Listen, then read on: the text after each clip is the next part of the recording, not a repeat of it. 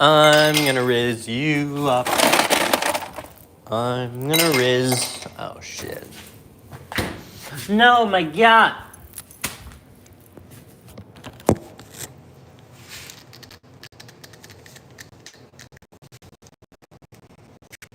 What the fuck? Why is that so bustin', bro? That shit's bustin'. No gap.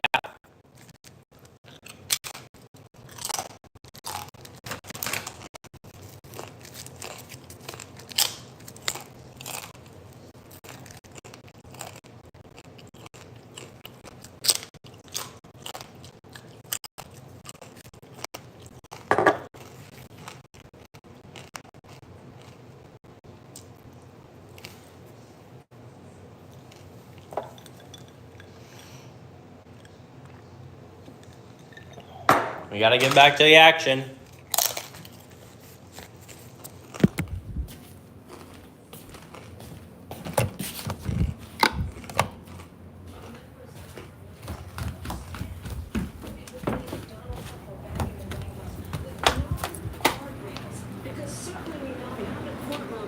We know J.D. Vance is not going to stop him.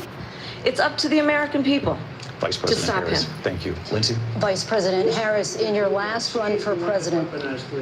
This is the one that weaponized, not me. She weaponized. I probably took a bullet to the head because of the things that they say about me.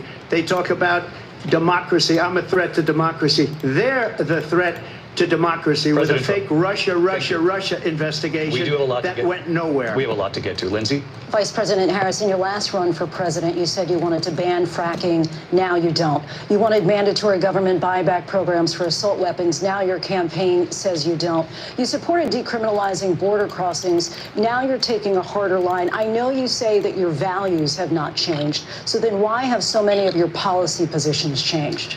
So my values have not changed, and I'm going to discuss every one of at least every point that you've made. But in particular, let's talk about fracking because we're here in Pennsylvania. I made that very clear in 2020. I will not ban fracking.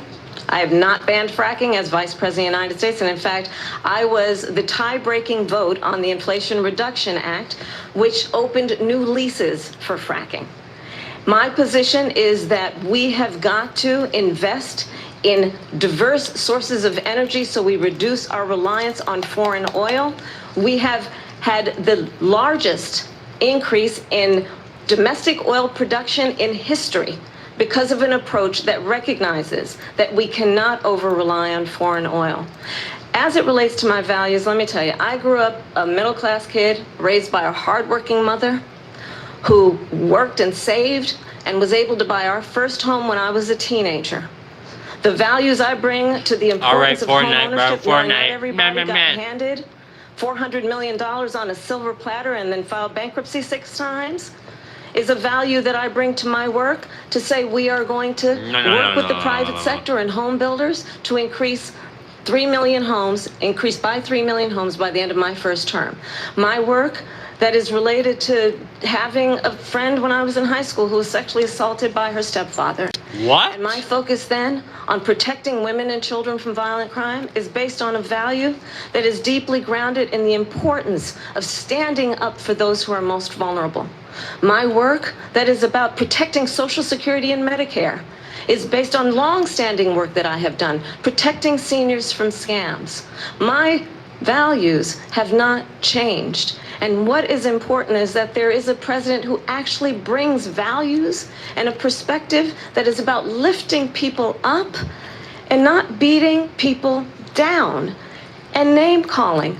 The true measure of the leader is the leader who actually understands the strength is not in beating people down, it's in lifting people up. No. I intend to be that president.